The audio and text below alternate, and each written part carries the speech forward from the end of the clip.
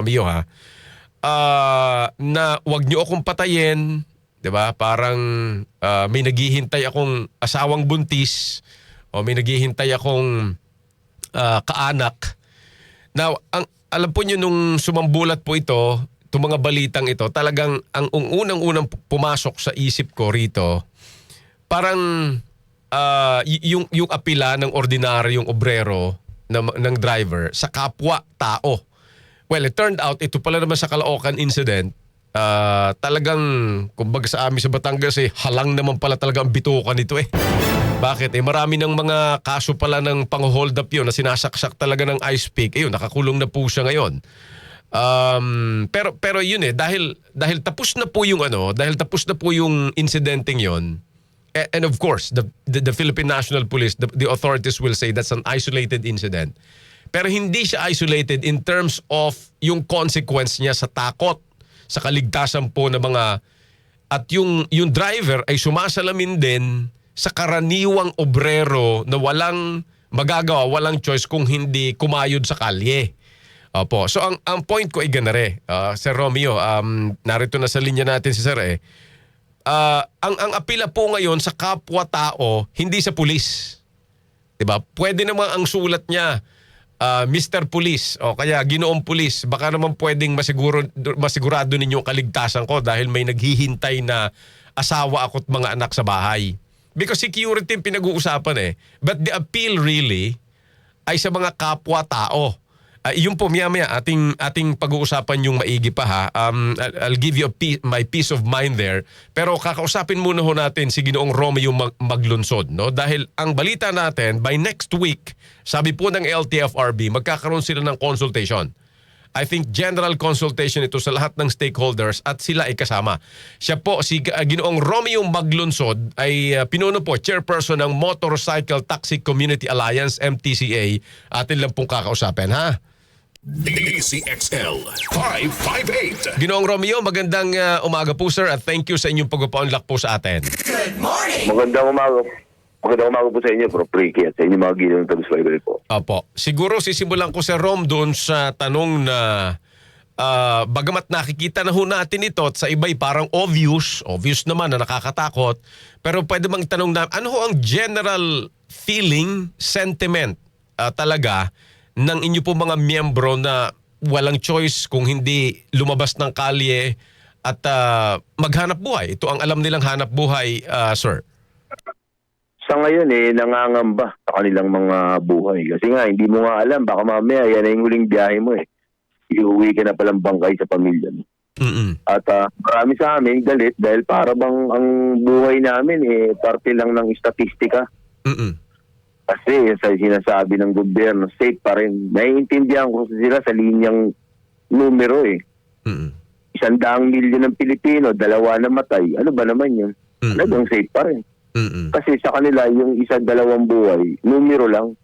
Oo. Walang puso Wala man lang pagmamahal ka kapwa para maisip mo na safe pa rin. Ang sinasabi nga namin hindi kami safe sa kalsada. At hindi lang kami. Matagal na itong nangyayari. Panahon pa ng taxi, panahon pa ng jeep, panahon pa ng bus, Tama mga po. pinapatay na driver. Hindi naman kami bago sa listahan ng mga pinapatay Tama po. Pero umabot na ba tayo sa ganitong sitwasyon? Parang ang buhay ng tao, wala na lang. Opo.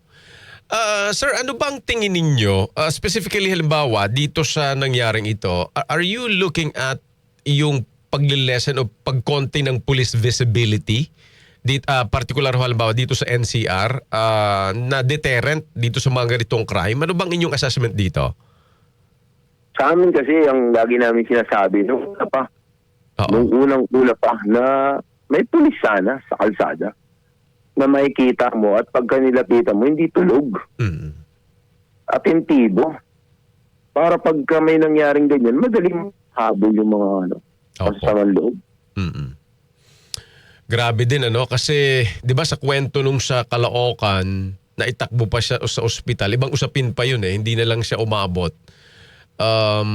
Ibang angulo yun yung mga responders din nga, pero I agree with you so sa police visibility. So ever since nasabi ninyo hindi naman na ito bago, ito yung inyong observation na I'm sure nagbibigay kayo ng ganyang mga suggestions, in-urge ninyo, pinaprad ninyo ang gobyerno, ang Philippine National Police, pero walang tugon sa inyo.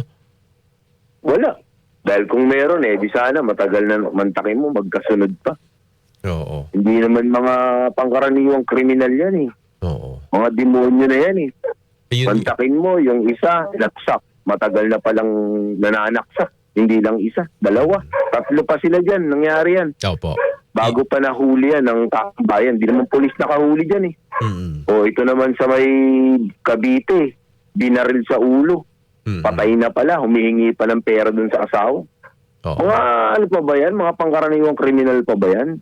Sa mundo ng kriminal may mga level ng kriminal Yung iba, hold up lang.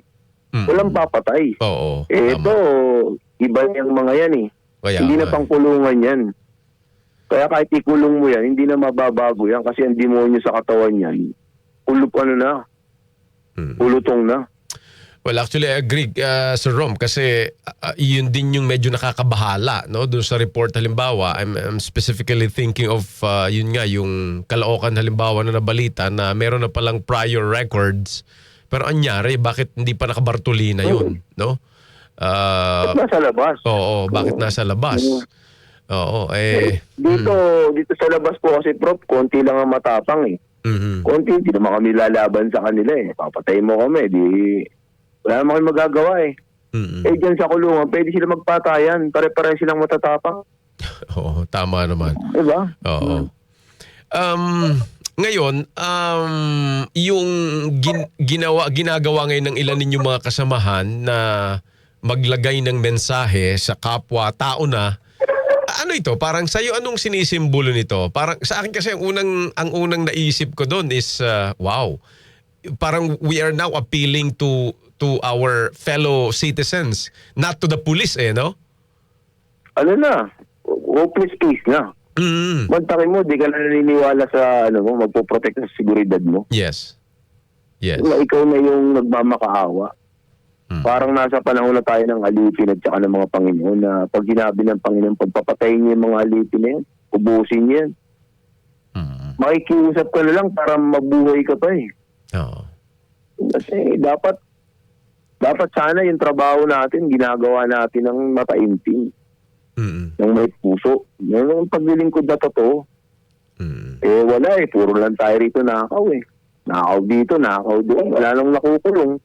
Kaya yung ordinaryong tao, wala na rin mapagkatiwalaan. Kasi, sa tingin mo, pulis, imbis na nagro-ronda, wala. Matambay sa barangay. Ang hirap nung ang hirap ng sitwasyon. Magpasensyahan na ako ng pulis kung ganito ako magsalita. Kaso kasi matagal na Yung hindi naman namin nilalahat, pero may mga syudad na talagang doon ang pwestuhan ng mga kriminal pero walang nahuhuli. Pagtataka ka, doon, mag-aasabot ba kayo dyan? Hindi nyo mahuli yan? Ang laki naman ng pondo sa Intel ng intelligence fund. Oo. May ISAP tayo, may PNP intelligence. Baga, may NBI. Pagkahuli yan, hindi na makahuli. Ito ba ay hindi ba ito nagbubunsod din sa pakiramdam ng inyong mga kasapi na ayaw na nilang magmaneho? Nag-iisip na sila na... Meron. Oo. Meron pong ganyang sentimento. Kaso nga lang ikaw, sir, Oo. anong papakain mo sa pamilya mo? Totoo naman. Pag yan ay pinasok mo sa utak mo, Mm. lumalaban ng parehas pa rin. Nananalangin na lang sila sa Diyos na sana huwag sa kanila Oo. umabot yung ganitong sitwasyon. Oo. Kasi nga yung Kasi feeling... wala naman makakapagsabi. Tsaka yung Kasi feeling... ang sabi ng pulis, safe Paano mo kukontrahin yun? Oo. Safe pa rin.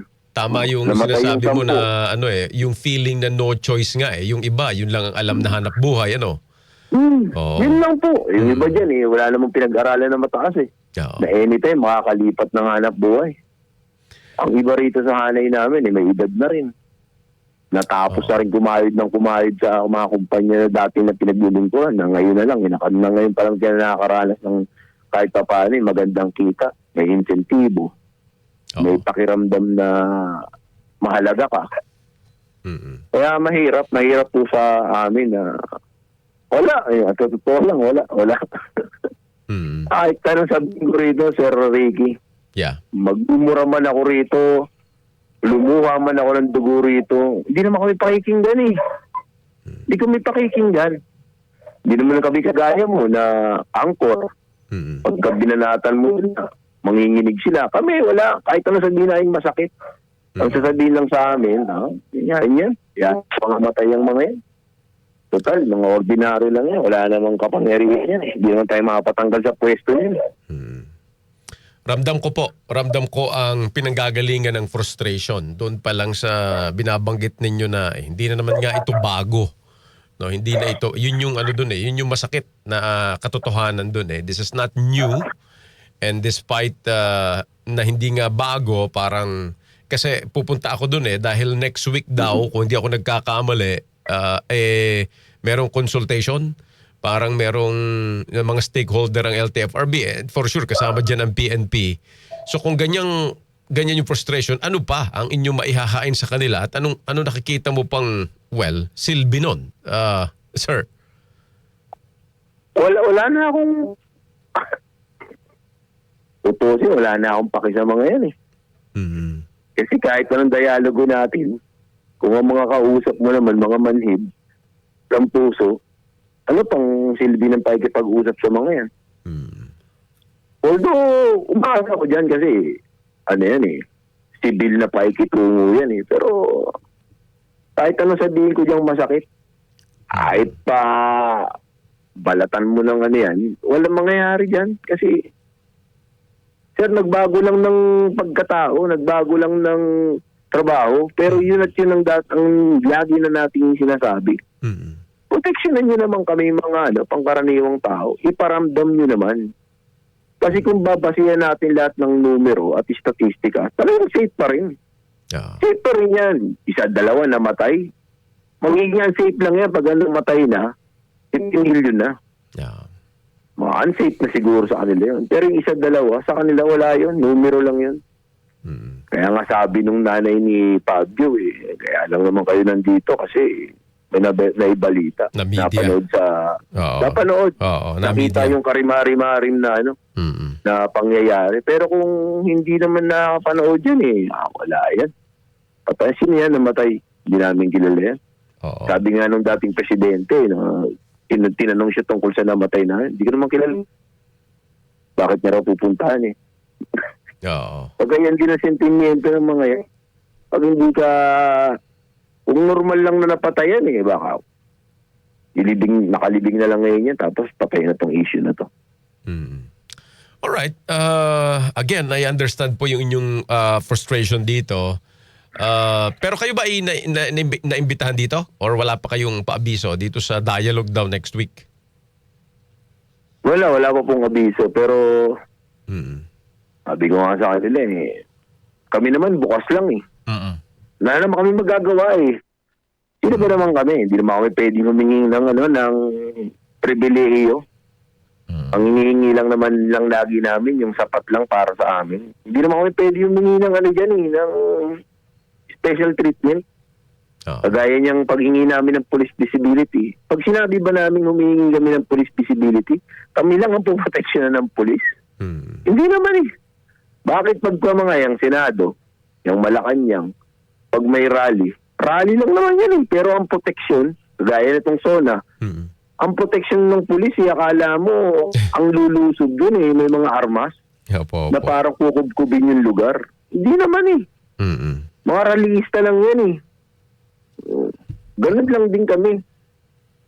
Bakit sa rallyista parang sobrang takot nyo? Kami naman sobrang takot namin sa mga kriminal.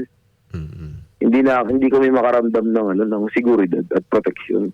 At ang tingin pa sa amin humihiling pa kami ng napakabigat. Samantalang trabaho naman nila yung hinihingi namin. Ayusin lang. Make their presence felt Really. Ever since, ako din.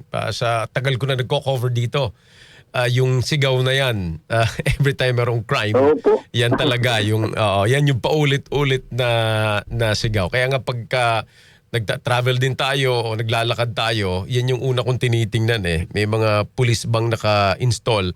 At saka lalo na nga, gabi.